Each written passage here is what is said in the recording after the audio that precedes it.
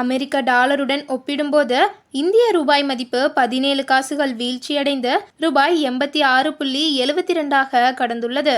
America ஈரானில் உள்ள 3 அணு உற்பத்தி நிலையங்களை இலக்காக கொண்ட தாக்குதலுக்கு பிறகு உலக சந்தையில் கச்சா எண்ணெய் விலை உயர்ந்துள்ளது.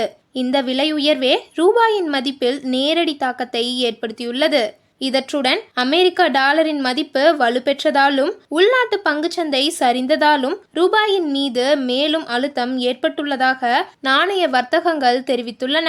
உலகளாவிய எண்ணெய் அளவுகோலான பிரெண்ட் கச்சா எண்ணெய் எதிர்கால வர்க்கத்தில் பீப்பாய்க்கு 2% உயர்ந்து 77.27 அமெரிக்க டாலராக பதிவாகியது.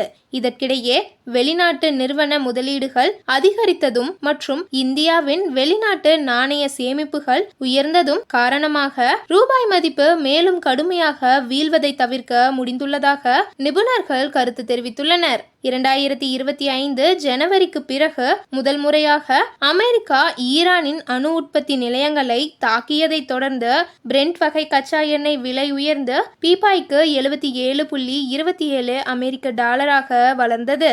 இருப்பினும் தாக்குதலின் தாக்கம் பெரிதாக இல்லாமலும் ஈரான் பதிலடி அளிக்கவிருக்கிறது என்ற அச்சத்துடன் கூட இந்த விலை சீராகவே உள்ளது.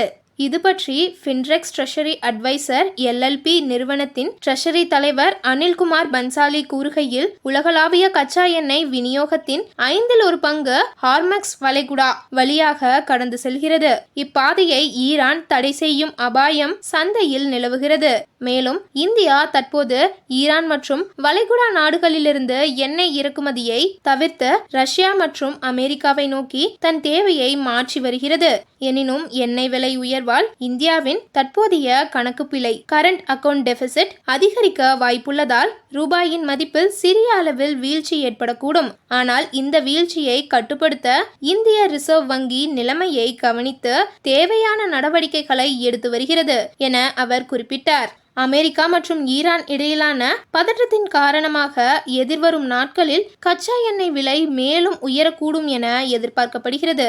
இதன் விளைவாக ரூபாயின் மதிப்பிலும் அழுத்தம் அதிகரிக்க வாய்ப்புள்ளது.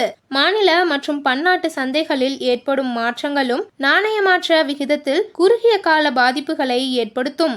இந்த நிலையில் BSE சென்செக்ஸ் 30 ஷேர் குறியீடு 705.65 புள்ளிகள் வீழ்ந்து 81,702.52 புள்ளிகளாக இறங்கியுள்ளது. NSE நிஃப்டி 50 ஷேர் குறியீடு 182.85 புள்ளிகள் குறைந்து 24,929.55 புள்ளியாக உள்ளது.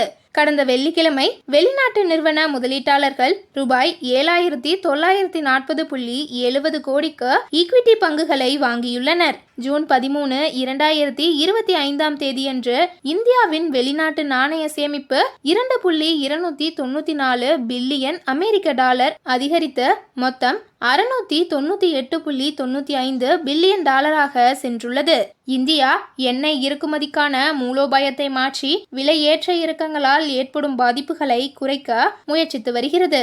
இருப்பினும் எண்ணெய் விலை தொடர்ந்து உயர்வதால் ரூபாயின் மீது அழுத்தம் நிலைக்கலாம். இந்த சூழ்நிலையில் இந்திய ரிசர்வ் வங்கி சந்தையை நிலைநிறுத்த தீவிர முயற்சிகளில் ஈடுபட்டு வருகிறது. பங்கு சந்தை சரிவடைந்தாலும் FII முதலீடுகள் மற்றும் உயர்ந்த வெளிநாட்டு நாணய சேமிப்புகள் நிதி சந்தைக்கு தற்காலிக ஆதரவாக அமைகின்றன.